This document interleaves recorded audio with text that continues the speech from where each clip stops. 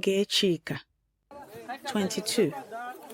Alaba International Market, Ojo, Lagos. Row C, line 7. Her mother's stall. The soldering iron smell, 3 stalls down. Her mother is in Anambra for a funeral. The shutter key is in Oge Chika's hand. Hands flat on the glass. A Togolese man stops. He asks about something in French. She does not speak French. Not enough Igbo either. Her mother bargained in Igbo, thought in Igbo. Oge Chika thinks in Lagos English. Ndewo. No. I am Yvonne Mbanefo, heritage futurist and daughter of the soil. Welcome to Igbo Daily Drops. Episode 30, Week 6, Day 5, Friday. Today, the language of transaction. What you say when you are buying, and the question that changes everything. Ka anyị bido. Let us begin. The Igbo have a proverb for this. Onye asịrị ya bịa buru ozu, ọ sị na ya ebunubeghị ya mbụ. Ọ ga-eji onye dị ndụ wee mụta. Onye asịrị ya bịa buru ozu, ọ sị na ya ebunubeghị ya mbụ. Ọ ga-eji onye dị ndụ were mụta. One who declines to carry a dead body or a coffin or a corpse, saying he has never done it, does he wish to start with a living person? You learn by doing. Today, 3 Igbo sentences. Name what you need. Ask the price. The Togolese man is patient. He has been in Alaba long enough to know that a new face behind the counter means something. He points. A portable speaker. 3rd shelf. Box still sealed. Oge Chika picks it up. Heavier than she expected.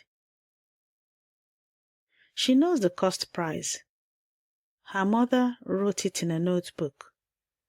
Blue biro. Page dog-eared. But the selling price, that depends on the customer. Depends on the back and forth that Oge Chika has watched her whole life and never properly learned. Ana m azụta ji. The phrase arrives from nowhere. A memory.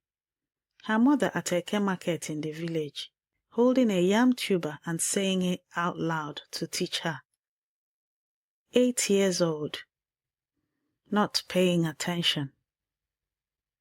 Ana m azụta ncha. Buying soap. Buying yam. The structure is the same. You name what you want, and the sentence holds it. Another customer arrives. A woman, 2 children, one on her back. She speaks Igbo directly to Oge Chika, fast and certain. The woman is buying a phone. She picks it up, turns it over, sets it down. Then the question Oge Chika knows.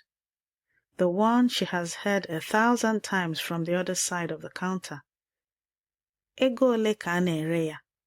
How much is it being sold for? Oge Chika looks down at the notebook. Her mother's handwriting. The number is there. She says it.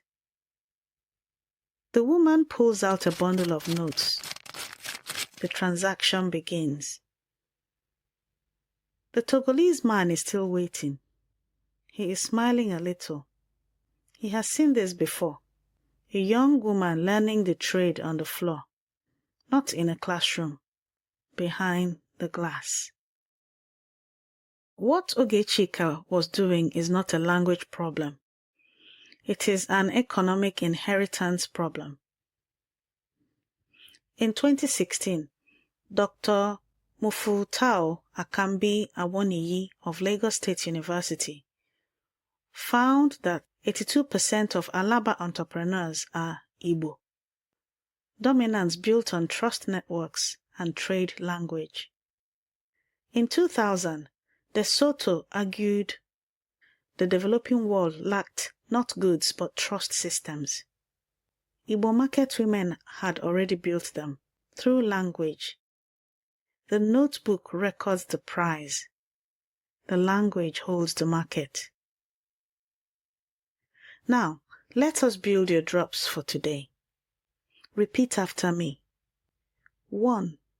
Ana m azụta ji. I am buying yam. Ana m azụta ji.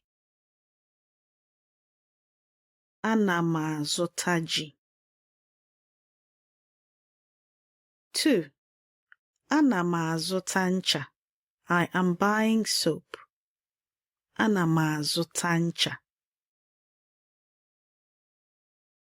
Ana m azụta ncha. 3. Ego ole ka a na-ere ya? How much is it being sold for? Ego ole ka a na-ere ya? Ego ole ka a na-ere ya? Take this with you. Onye a sịrị ya bịa buru ozu. You learn by doing. You open the shutter not knowing the price. You begin. Say ego ole ka a na-ere ya today. Notice how it lands. Say it to someone who will not expect Igbo from you. Say, Ana m azụta ncha. Watch their face. Every sentence you learn is a drop, and every drop feeds Oke Osimiri Mmụta Igbo, the ocean of Igbo knowledge. Grab your free speaking workbook at learnibonow.com. Rate us wherever you're listening. Your review is how another learner finds their way home. This has been your Igbo Daily Drop. Abụ m nwanne gị nwanyị, Yvonne Choma Mbanefo. I am your sister, Yvonne Choma Mbanefo. Ka ọrụ aka gị dị ọcha. May the work of your hands be clean, and may every transaction carry your name with honor. Ka anyị hụ echi. Until we meet again tomorrow.